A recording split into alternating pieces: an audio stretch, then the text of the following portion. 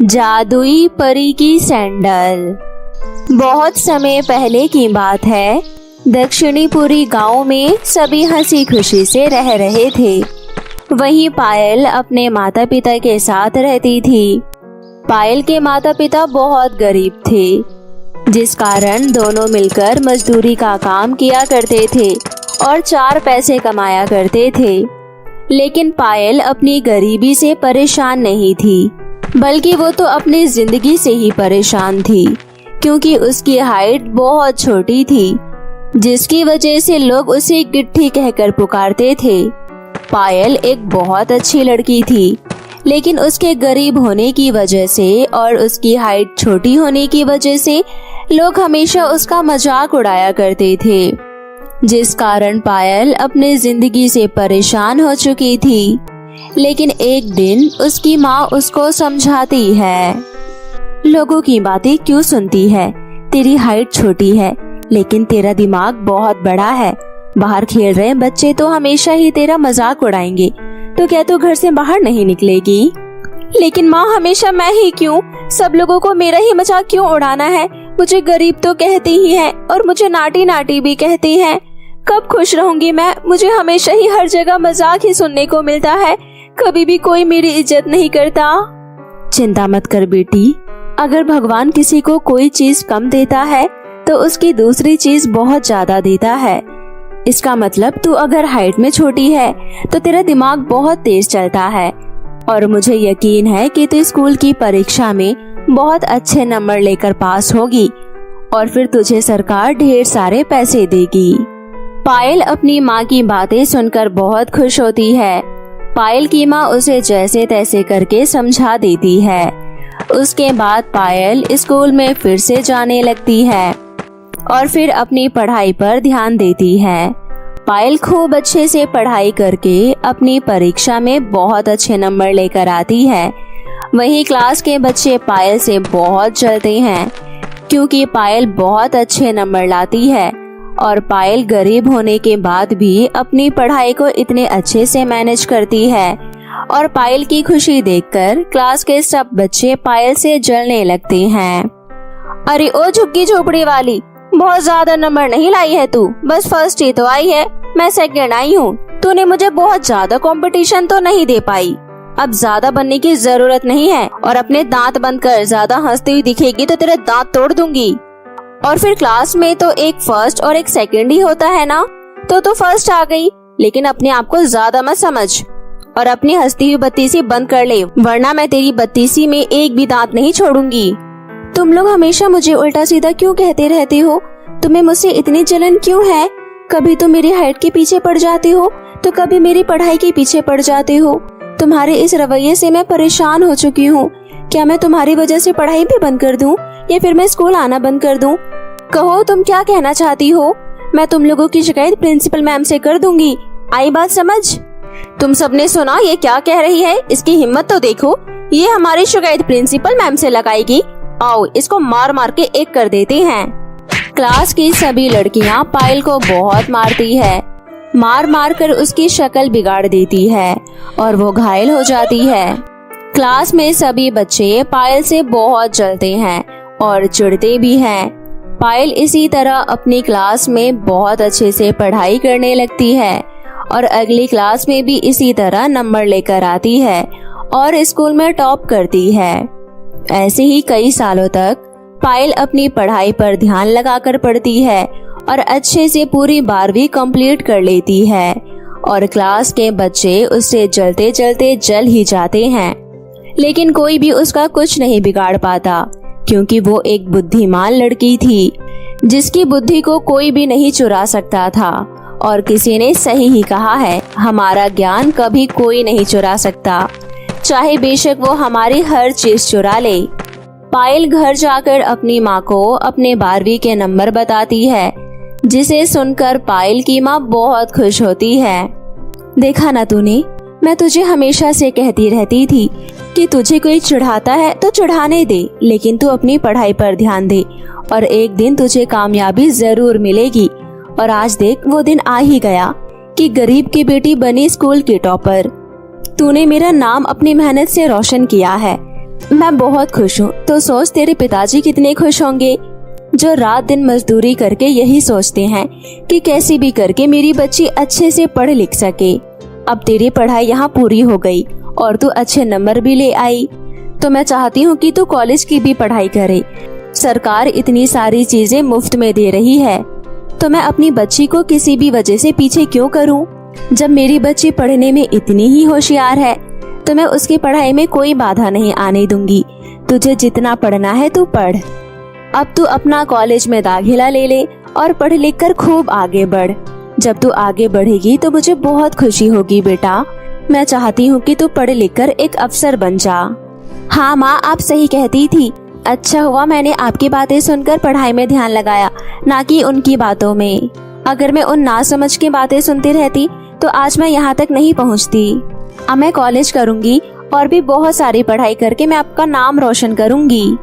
पायल अपने कॉलेज में एडमिशन ले लेती है और कुछ दिनों बाद कॉलेज शुरू हो जाते हैं। कॉलेज में सभी लड़कियां बहुत बन ठन कर आती है, लेकिन पायल अपनी गरीबी के कारण अपने साधारण कपड़ों में जाती है। पायल को इतना साधारण देखकर कॉलेज की लड़कियां उसका मजाक उड़ाती है और पायल फिर से स्कूल की तरह ही काफी नीचा फील करने लगती है। पायल के कॉलेज में सभी लड़कियां बहुत अच्छे घरों से आती है, लेकिन पायल गरीब घर से होने के कारण अपना खाना अपने साथ लेकर जाती है।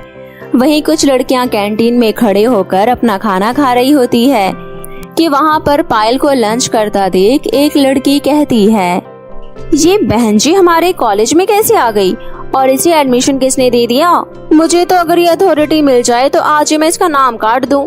इसकी वजह से हमारा कॉलेज एक बहनजियों का कॉलेज कहलाएगा। इसकी वजह से हम लोग कितना गिल्टी फील कर रहे हैं और फिर हमारे कॉलेज में इतने अच्छे लड़के हैं, इस बहनजी की वजह से अनकंफर्टेबल फील करेंगे। क्यों ना हमें इसको यहाँ से निकाल देना चाहिए। और इसको देखो तो सही, अपना डब्बा लेकर आई है खाने का और मजे से खा भी रही है। पायल हमेशा से उल्टा सीधा सुनती आई और उसकी हाइट छोटी होने की वजह से लोग उसे और ज्यादा दबाने की कोशिश करने लगे। पायल उन लोगों की बात सुनकर जोर जोर से रोने लगती है और कॉलेज से रोते हुए घर की तरफ जा रही होती है कि तभी रास्ते में उसे एक घायल हिरण मिलती है। उस घायल हिरण को देखकर वो रह नहीं पाती और वो उस हिरण को अपने घर ले जाती है और उसकी मरहम पट्टी करती है। खूब अच्छे से उसकी देखभाल करने के बाद कुछ ही दिनों बाद हिरण अच्छे से चलने लगती है। फिर पायल उसको वापस उस जंगल में छोड़ने के लिए जा रही होती है कि तभी वो हिरण उसे रास्ते में कहती है, तुमने मेरा बहुत ख्याल रखा है। मैं तुमसे बहुत प्रसन्न हुई हूँ क्योंकि तुमने मेरी चोट ही नहीं बल्कि मेरा दिल भी खुश कर दिया है। और मैं एक घायल हिरण नहीं बल्कि मैं एक जादुई परी हूँ। मैं तुम्हारी हर परेशानी समझ चुकी हूँ। कितने दिन में तुम्हारे घर पर रही, मैं तुम्हारे हर दुख को, हर कठिनाइयों को, हर परेशानियों को अच्छे से समझ चुकी हूँ कि तुम्हारी छोटी हाइट होने की वजह से तुम्हें कितना सब कुछ सहना पड़ रहा है और तुम गरीब होने के बावजूद मुझे अपने घर लेकर आई और मेरी देखरेख की। ये लो, मैं तुम्हें जादुई सैंडल देती हूँ। इन जादुई सैंडल को पहनकर जब तुम चलोगी और तुम अपने मन में कुछ सोचोगी तो वो तुम्हारी इच्छा पूरी कर देगा। तुम जब भी कुछ मांगना चाहो तो इस जादुई सैंडल को पहनकर घूमकर इनसे मांग लेना, ये तुम्हें हर चीज दे देगा। हिरण की ये सारी बातें सुनकर पायल हैरान हो जाती है कि हिरण बोल भी सकती है और फिर हिरण को परी में बदलता देखकर पायल और भी ज्यादा हैरान हो जाती है। उसके बाद परी की दी हुई सैंडल पायल पहन लेती है और चलते चलते उससे कहती है, हे जादुई सैंडल, सबसे पहले तो मेरी हाइट बना दो और मेरे घर की गरीबी मिटा दो। जैसे ही पायल उस जादुई सैंडल से ये सब कहती है, तुरंत पायल की हाइट काफी बढ़ जाती है और उसकी घर की गरीबी खत्म हो जाती है और उसका एक छोटा सा घर एक बड़े घर में बदल जाता है, जिसे देखकर पायल के घर वाले बहुत खुश होते हैं और पायल अपनी माँ और पिता दोनों को सब कुछ बताती है। अपनी बच्ची की बातें सुनकर उसके माता पिता भी बहुत खुश होते हैं। फिर ऐसे ही कई दिनों तक चलता रहता है। पायल को जो भी चाहिए होता वो अपनी जादुई सैंडल से कह देती और फिर घूमते फिरते उसकी हर एक इच्छा पूरी हो जाती है। इस तरह पायल की जिंदगी आसान हो जाती है। पायल के पास अब सारी चीजें होती है और अब वो बहुत खुश होती है। परी वाली जादुई ड्रेस। ये कहानी ढोलकपुर गांव की है, जहां पर लोग हंसी खुशी से रहते थे और अपने अपने कामों में व्यस्त रहते थे। गांव के खाली मैदानों में सारे बच्चे मिलजुल कर खेला करते थे। उसी गांव में हर साल मेला लगा करता था, जहां पर बहुत भीड़ लग जाया करती थी। मेले में तरह तरह के बाजार लगा करते थे और नई नई प्रतियोगिताएं होती रहती थी। मेले का दिन नजदीक आ रहा था। तभी एक दिन गांव में घोषणा की जाती है। सुनो सुनो सुनो, इस बार हमने कुछ नया सोचा है। मेले में एक फैशन कंपटीशन रखा जाएगा। जो भी इस फैशन कंपटीशन में जीतेगा उसे साल भर का राशन मुफ्त में दिया जाएगा। सभी लोग इस प्रतियोगिता में हिस्सा ले सकते हैं। फैंसी ड्रेस कंपटीशन, ये क्या होता है? तुझे इतना भी नहीं पता कि फैशन कंपटीशन क्या होता है? फैशन कंपटीशन में हिस्सा लेने वाले अलग अलग तरह के पोशाक पहनते हैं। अरे बुद्धू, इसमें सभी लोग तरह तरह का भेष बदलते हैं। मैं तो राजकुमारी का भेष बनाऊंगी। हाँ हाँ, तुम सही कह रही हो, मैं भी राजकुमारी ही बनूंगी।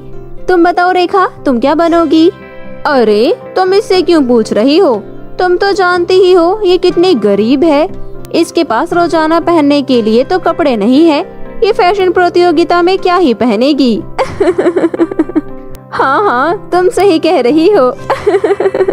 ऐसा बोलकर सभी लड़कियां उसका मजाक बनाने लगती है। रेखा अपनी हालत को देखने लगती है और उस पे बहुत अफसोस करती है, परंतु वो सारी बातें छोड़कर इनाम के बारे में सोचने लगती है। अगर मैं इस कंपटीशन को जीत गई तो मेरे घर में पूरे साल भर का राशन हो जाएगा और माँ को कोई परेशानी नहीं होगी। लेकिन मेरे पास तो पहनने के लिए कोई भी सुंदर सी ड्रेस नहीं है। मुझे कुछ न कुछ करना होगा। रेखा अपने घर जाती है। रेखा के घर पर उसकी माँ विमला एक विधवा औरत थी। रेखा के पिता 5 वर्ष पहले गुजर गए थे। तभी से रेखा की माँ सिलाई करके रेखा और अपना खर्चा चलाया करती थी। विमला को सिलाई का काम आता था, इसलिए गांव के लोग उससे अपने कपड़े सिलवाया करते थे, जिससे विमला अपना और अपनी बेटी का पेट पाल लिया करती थी। विमला के घर की आर्थिक स्थिति बहुत खराब थी। तभी थोड़ी देर में रेखा घर वापस आ जाती है और अपनी माँ विमला से कहती है, माँ, आपको पता है इस बार हमारे गांव में फैशन कंपटीशन की प्रतियोगिता होने जा रही है। माँ, मुझे भी इस प्रतियोगिता में हिस्सा लेना है। रेखा, ये तुम कैसी बातें कर रही हो? तुम जानती हो ना कि हम किस हालत से गुजर रहे हैं। हमारे पास खाने के लिए 2 वक्त की रोटी ही बड़ी मुश्किल से जुट पाती है और इसके अलावा हमारे पास कुछ भी नहीं है। हाँ माँ, मैं ये सब बहुत अच्छे से जानती हूँ, परंतु आपको पता है फैशन कंपटीशन में जीतने वाले प्रतियोगिता को साल भर का राशन मुफ्त में मिलेगा। यही सब सोचकर मैंने सोचा है कि मैं इस प्रतियोगिता में हिस्सा लूंगी। माँ, अगर मैं जीत गई तो पूरे साल भर का राशन हमें मिल जाएगा। माँ, आपको तो सिलाई भी करनी आती है, मेरे लिए कोई अच्छी सी ड्रेस बना दीजिए ना। बेटी, मुझे कपड़े सिलने आते हैं, परंतु जानती है ना, ड्रेस सिलने के लिए कपड़ा चाहिए होता है, जिसे लेने के लिए हमारे पास कुछ भी पैसे नहीं है बेटा। माँ, आपके पास साड़ियाँ रखी हुई है ना, आप उसी साड़ी में से मेरी ड्रेस बना दीजिए। मेरे पास तो बस सफेद साड़ियाँ ही है, उस साड़ियों से कुछ सिलना हो तो मुझे बता सकती हो बेटी। रेखा सोचने लगती है कि वो सफेद साड़ी से क्या बनवा सकती है। तभी उसके दिमाग में एक बहुत अच्छा सा आइडिया आता है।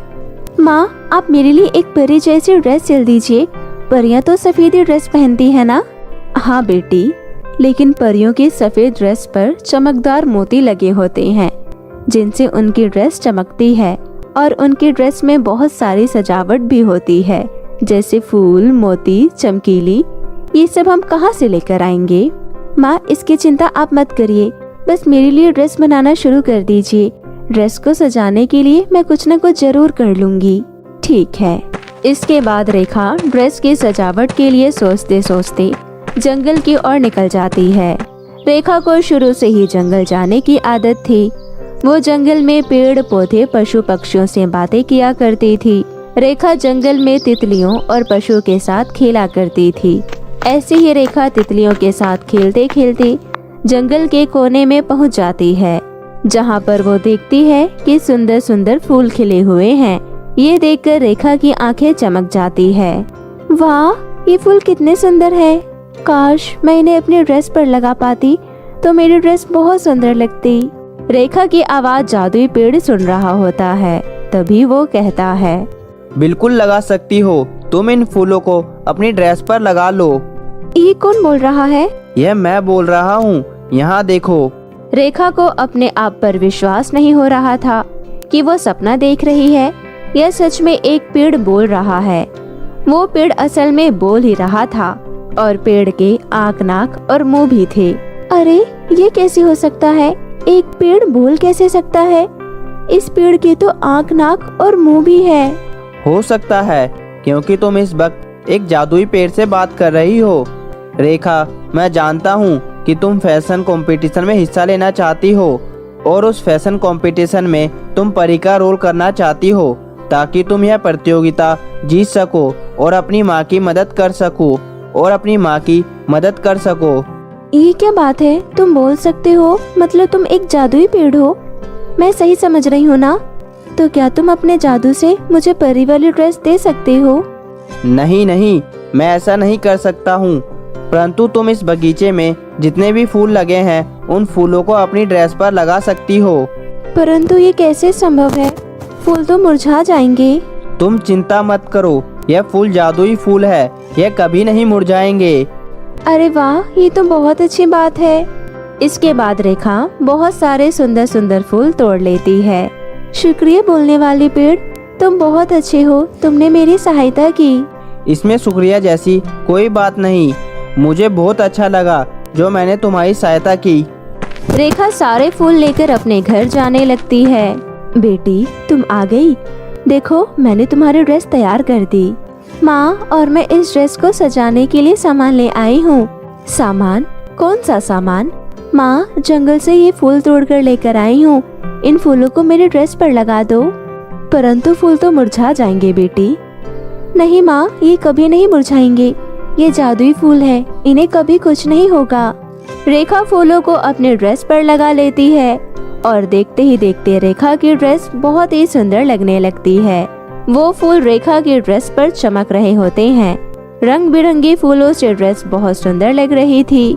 वाह बेटी, तुम्हारी ड्रेस तो बहुत ही खूबसूरत लग रही है। परंतु माँ, परी के तो पंख भी होते हैं, मेरे पास तो पंख नहीं है। विमला अपनी अलमारी खोलती है और उसमें से अपनी बेटी को एक छड़ी निकाल कर देती है। विमला ने वो पहले से ही तैयार कर दी थी। अगले दिन प्रतियोगिता शुरू हो जाती है। स्टेज पर सभी बच्चे तरह तरह की पोशाक पहनकर आए हुए थे। कोई रानी बनकर आई थी तो कोई राजकुमारी, कोई जादूगरनी तो कोई पंडित। सभी बच्चों ने फैशन कंपटीशन की तैयारी बहुत अच्छे से की। जैसे ही रेखा स्टेज पर जाती है, रेखा को देखकर सभी लोग हैरान हो जाते हैं और उनकी नजर रेखा की ड्रेस से हट ही नहीं रही होती। सभी बच्चे एक एक करके अपनी ड्रेस दिखाने लगते हैं। सभी की ड्रेस को देखकर जजेस नंबर देने लगते हैं। रेखा की बारी आते ही रेखा की एक सहेली उसे धक्का दे देती है। रेखा गिरने ही वाली होती है कि तभी अचानक एक परी आकर रेखा को बचा लेती है। रेखा, तुम बहुत अच्छी लड़की हो। तुमने दूसरों के साथ हमेशा अच्छा किया है, इसलिए मैं तुम्हारे साथ बुरा कैसे होने दे सकती हूँ। परी रेखा को सही सलामत स्टेज पर खड़ा कर देती है। रेखा, तुम्हें बचाते वक्त मैंने सभी को स्टैचू बना दिया था। अब मैं यहाँ से जा रही हूँ। सब कुछ पहले जैसा हो जाएगा, अपना ध्यान रखना। परी सब कुछ ठीक करके वहाँ से वापस चली जाती है। जजेस को रेखा की ड्रेस बहुत पसंद आती है और वो रेखा को विजेता घोषित कर देती हैं। रेखा को साल भर का राशन मुफ्त में दिया जाता है। इस तरह रेखा अपनी माँ की सहायता करती है और हंसी खुशी से अपना जीवन व्यतीत करती है। तो मेरे प्यारे दोस्तों, कैसी लगी आपको मेरी ये कहानी? मुझे कमेंट करके ज़रूर बताएं और इसे अपने दोस्तों के साथ भी शेयर करें। और हाँ दोस्तों, अगर आपने अब तक मेरे चैनल को सब्सक्राइब नहीं किया है तो जल्दी से नीचे लाल बटन दबाकर अभी कर ले। तो मिलती हूँ आपसे फिर किसी नई कहानी के साथ। तब तक के लिए आप अपना ध्यान रखें। बाय बाय दोस्तों।